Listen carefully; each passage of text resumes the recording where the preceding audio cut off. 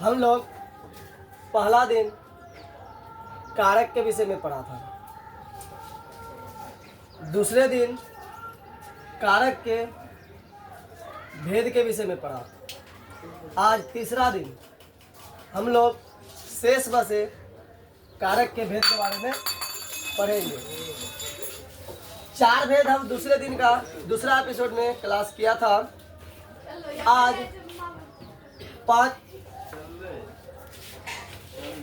5वां नंबर जिसको कहते हैं अपादान कारक।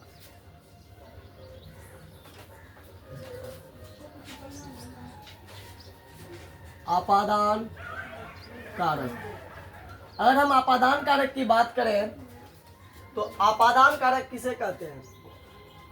तो कहते हैं जिस वस्तु से जुदाई या अलगाव का बोध हो उसे अपादान कारक कहते हैं। इसको हम परिभाषा के तौर पे लिखें, जिस वस्तु से जुदाई या अलगाव का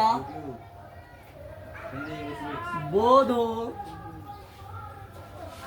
उसे अपादान कारक कहते हैं। अपादान कारक जैसे वृक्ष से पत्ते गिरते हैं। इस वाक्य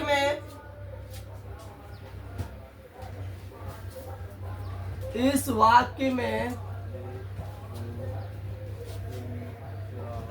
पत्ता वृक्ष से अलग हो रहा है, अतः इस वाक्य का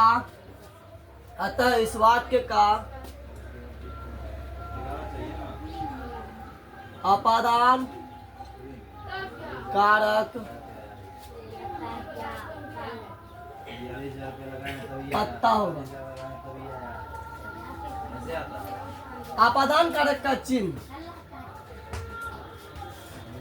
अपादान कारक का चिन्ह से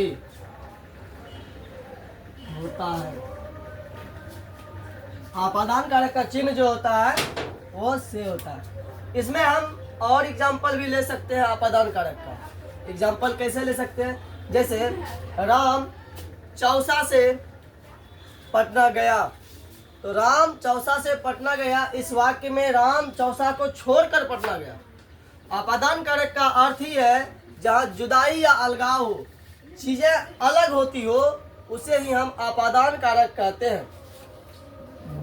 इसके बाद 6 नंबर में हम पढ़ेंगे। तो पहला था कर्ता, दूसरा कर्म, तीसरा करण, चौथा संप्रदान, 5वां अपादान। अब 6 नंबर में हम पढ़ेंगे संबंध कारक। संबंध कारक। अगर हम संबंध कारक की बात करें तो संबंध कारक की बात करें तो कहता है जिससे एक शब्द का संबंध, कह रहा है जिससे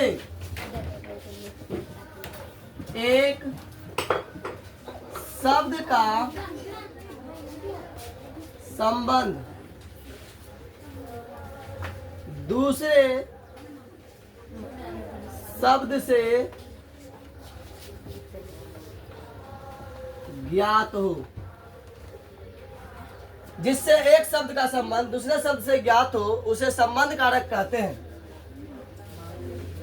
उसे संबंध कारक कहते हैं। एक शब्द का संबंध दूसरे शब्द से ज्ञात होने का तात्पर्य है, जैसे राम श्याम का भाई है। एक एग्जाम्पल के तौर पे हम लेते हैं, जैसे राम श्याम का भाई है। यहाँ संबंध ये बता रहा है कि राम जो है भाई है किसका? श्याम का। तो इस वाक्य में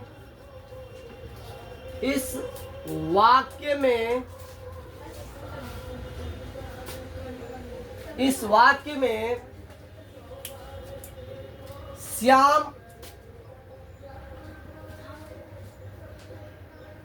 इस वाक्य में श्याम का संबंध राम से है, अतः इस वाक्य का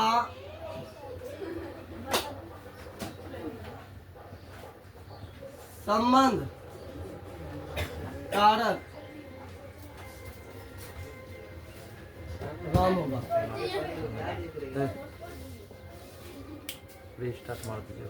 राम श्याम का भाई है। इस वाक्य में श्याम का संबंध राम से है और राम का संबंध श्याम से है। तो इस वाक्य का जो होगा संबंध कारक क्या हो जाएगा? राम हो जाएगा। इसका दूसरा एग्जांपल ले सकते हैं, मैं भारत का नागरिक हूँ। इस वाक्य में संबंध बता रहा है क्या? मैं भारत का नागरिक हूँ। ठीक है, मैं भारत का नागरिक हूं, तो इसमें जो होगा चिन्ह का के की होता है। अगर हम 7 नंबर की बात करें, अधिकरण कारक।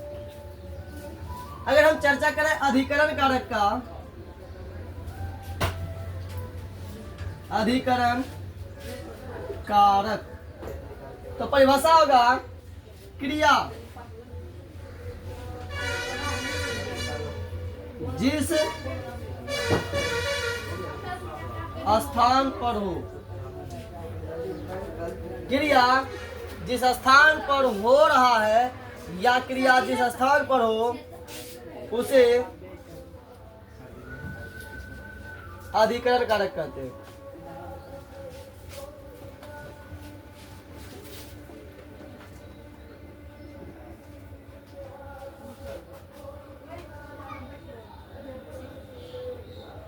जैसे बच्चा खाट पर रो रहा है। बच्चा खाट पर रो रहा है। इस वाक्य में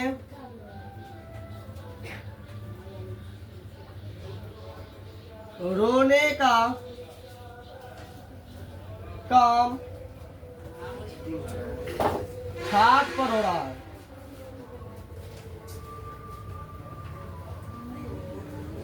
अतः इस वाक्य का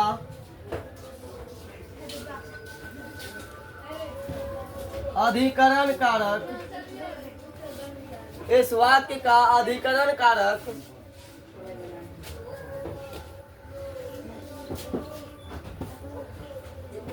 खाट पर होगा।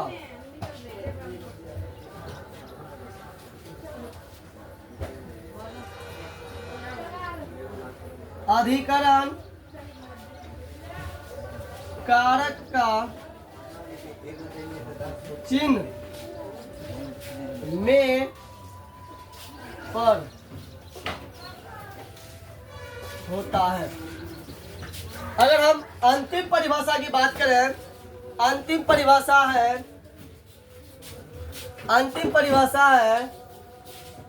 संबोधन। अंतिम परिभाषा है संबोधन कारक। तो हम सिंपल लेते हैं 8 नंबर और उसको बोलते हैं संबोधन कारक। इसका परिभाषा अगर हम देखते हैं तो कहता है पुकारने चिल्लाने को क्या कहते हैं? संबोधन कहते हैं। पुकारने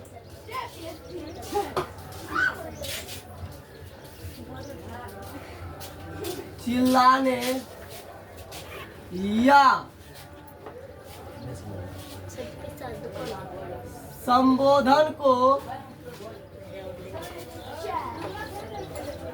अधिकरण संबोधन कारक कहते हैं। तो संबोधन कारक कहते हैं। जैसे हे राम। संबोधन कारक का चिन्ह संबोधन कारक का चिन्ह हे अरे होता है। इस प्रकार 3 एपिसोडों में आज तीसरा एपिसोड था, जिसमें कि मैंने कारक के शेष बचे 4 भागों का अध्ययन किया। अब हम नेक्स्ट एपिसोड नेक्स्ट विषय पर लेके आएंगे। बस आज इतना ही।